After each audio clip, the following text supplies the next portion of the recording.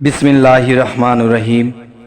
হে সমস্ত জগতবাসী, আজকে আপনাদের সামনে যে আলোচনাটি নিয়ে হাজির হলাম সেটি হলো, দেখুন, সূরা মাউনের ফজিলত ও আমল থেকে যে আল্লাহ তাআলা মানুষদিগকে পিতৃহীন, মাতৃহীন, ইতিম এবং দেখা গেছে প্রতিবেশীদের মধ্যে যারা ইয়তিম, যারা খুব কষ্টে জীবনযাপন করে, এদের উদ্দেশ্যে আল্লাহ এই সূরা মাউন নাজিল করেছেন।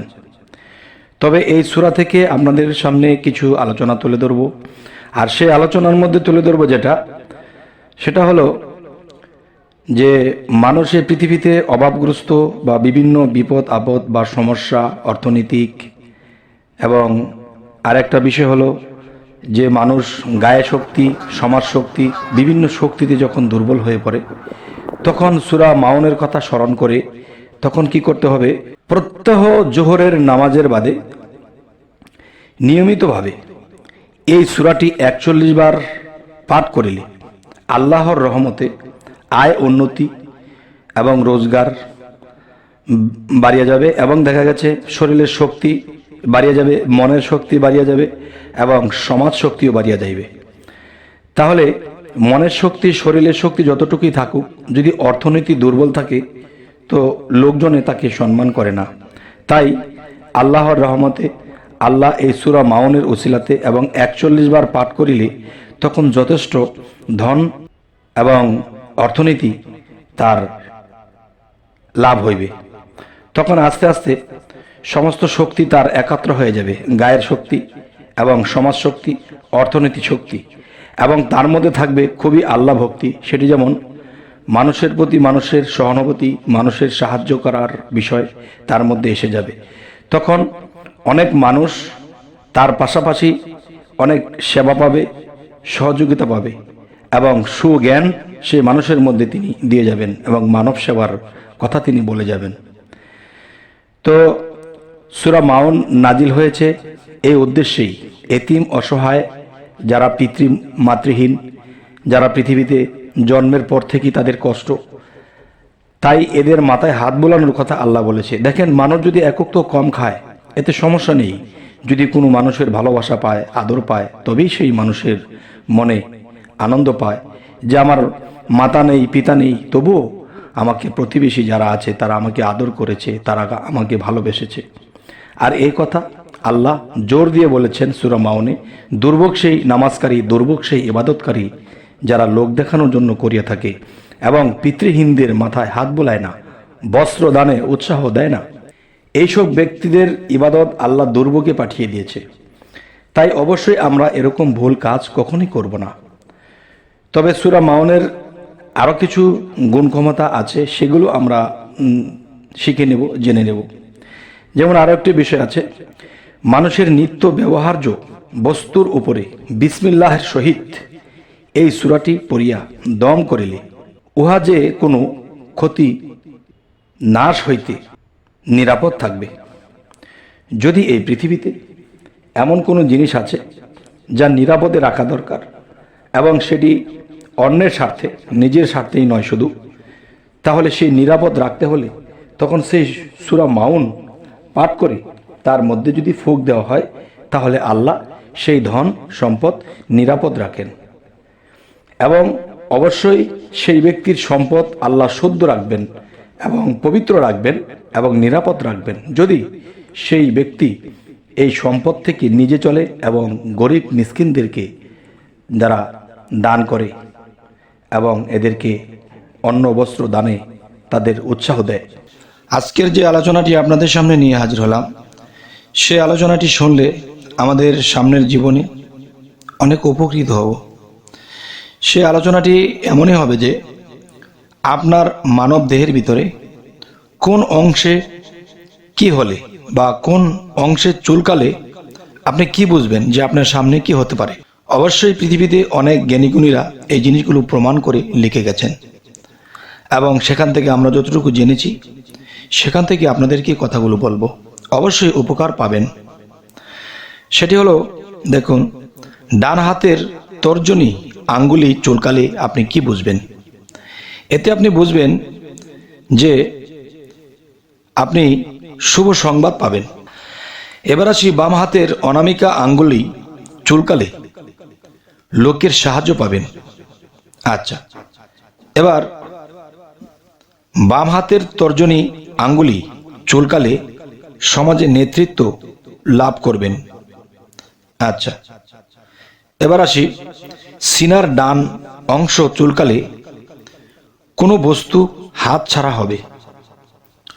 আচ্ছা, সিনার বাম অংশ চুলকালে ধন দৌলত লাভ করবেন। এবার আসি সিনার মধ্যস্থল চুলকালে সৌভাগ্য নসিব হবে। ডান স্তন চুলকালে নানারূপ বাজে স্বপ্ন দেখবেন। পেটের ডান অংশ চুলকালে আপনি এটি বুঝবেন যে অবরুদ্ধ কাজ সফল হবে। আচ্ছা, পেটের বাম অংশ চুলকালে বিপদে পড়বে। পিঠের ডান অংশ চুলকালে সন্তান জন্মিবে। এবার আসি বাম পায়ের গিরা চুলকালে কৃপণ হবেন। এবার আসি বাম পায়ের পিঠ চুলকালে বিদেশে কষ্ট ভোগ করবেন। আচ্ছা, তো এবার আসি বাম পায়ের তালু চুলকালে বিদেশে শান্তি পাবেন। ডান পায়ের বৃদ্ধা আঙ্গুলি চুলকালে প্রিয়জনের সাক্ষাৎ পাবেন। এবার আসি ডান পায়ের মধ্যম আঙ্গুলি চুলকালে, যে ডান পায়ের মধ্যে যে আঙ্গুলটি আছে সে আঙ্গুলটি চুলকালে আপনি কি বুঝবেন? এটি বুঝবেন রোগাক্রান্ত হওয়ার সম্ভাবনাই বেশি। আচ্ছা, ডান পায়ের আঙ্গুলি চুলকালে আপনি এটি বুঝবেন যে মনের আশা পূর্ণ হবে।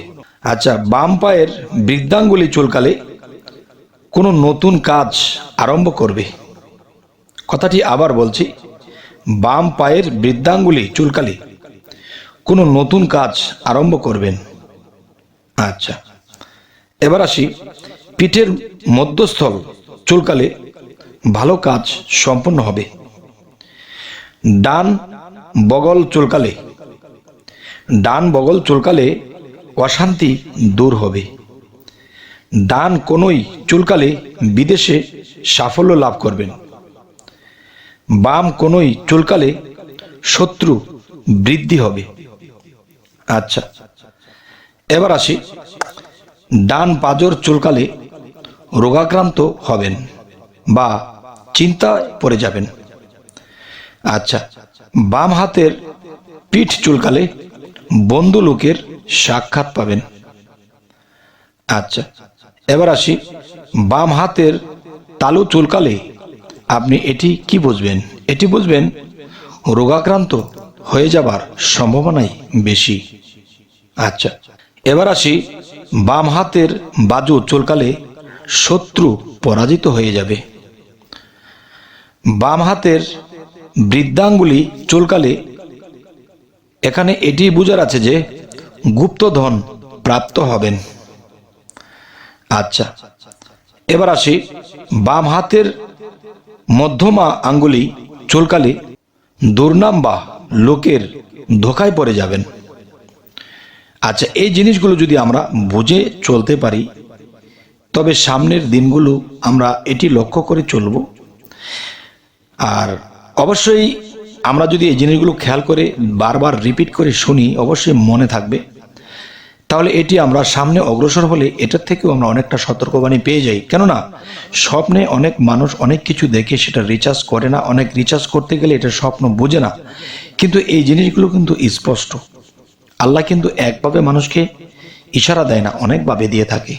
আচ্ছা, তো এবার আসি ডান পায়ের তালু চুলকালে এটি আপনি কি বুঝবেন? এটি বুঝবেন রোগ হতে মুক্তি পেয়ে যাবেন। আচ্ছা, বাম পায়ের মাধ্যমাঙ্গুলি চুলকালে বিদেশ গমন করবেন।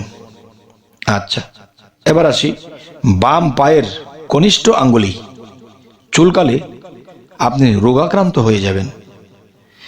তবে হে সমস্ত জগতবাসী, দেখুন, এই কথাগুলো এমনিতেই বলা হয়নি, বানিয়ে বলা হয়নি। এই কথাটি যে প্রমাণিত করা, অবশ্যই যে কথাগুলো আপনাদের সামনে বলা হলো, অবশ্যই কিন্তু আপনারা এটি প্রমাণ করবেন। আপনার ঘাড়ের নিচে যদি, চুলের নিচে এবং ঘাড়ের উপরে ভাগে যদি চুলকায়, তখন আপনি এটি কি বুঝে নেবেন, যে এটি বুঝে নেবেন যে আপনার সামনে সমস্যা আসতে চলেছে, বা আপনি কোনো কুপথে চলে যেতে পারেন। আচ্ছা, তাহলে যদি আপনি দেখেন মাথার চাঁদি চুলকাচ্ছে, মাথার চাঁদি চুলকালে আপনি সামনে সুফল ঘটবে, আপনার ভালো কিছু হবে। আচ্ছা, যদি আমরা এই জিনিসগুলো বুঝে বুঝে চলতে পারি, ইনশাল্লাহ আমাদের সামনের দিনগুলো অবশ্যই ভালো যাবে। তবে আরেকটু বলবো যে বাম চক্ষুর নিচে চুলকালে তখন আপনি এটি বুঝবেন যে শোকে বা দুঃখে পড়বেন। আচ্ছা, নাক চুলকালে দুর্নাম হবে বা চিন্তায় পড়ে যাবেন। নাকের ডান অংশ চুলকালে বিপদ বিশদভাবে হয়ে শান্তি স্থপিত হবে। আচ্ছা, বিপদের পরেই শান্তিটা আসবে যদি আপনার নাকটি বা নাকের কোনো অংশ চুলকাতে দেখেন। আচ্ছা, ডান হাতের তালু চুলকালে টাকা অবশ্যই আসবে। ডান হাতের বাজু চুলকালে চিন্তায় পড়ে যাবেন। আচ্ছা, এবার বুঝবো যে ডান হাতের বৃদ্ধাঙ্গুলি চুলকালে উন্নতি আপনার জীবনে আসবেই। আচ্ছা, ডান হাতের মাধ্যম আঙ্গুলি চুলকালে লোকের সাহায্য অবশ্যই পাবেন। তবে হে সমস্ত জগতবাসী, আমাদের এই আলোচনাগুলো আপনারা যতদিন ধরে শুনছেন বা নতুন যদি শুনে থাকেন, তাহলে একবার শুনলে হয়তো জিনিসটি মাথায় ধরে না, আরো কয়েকবার শোনার চেষ্টা করুন এবং জাস্টিফাই করুন যে আপনার কোন অংশ চুলকালে এবং সামনের দিনে আপনার কি হতে পারে, এই জিনিসটা আপনি জেনে যাবেন। তবে আমাদের এই চ্যানেলটি যদি আপনাদের ভালো লাগে তো অবশ্যই সাবস্ক্রাইব করে নেবেন, পরবর্তীতে যেন ভালো আলোচনা এনে দিতে পারি। সকলেই ভালো থাকবেন। তো আল্লাহ হাফিজ।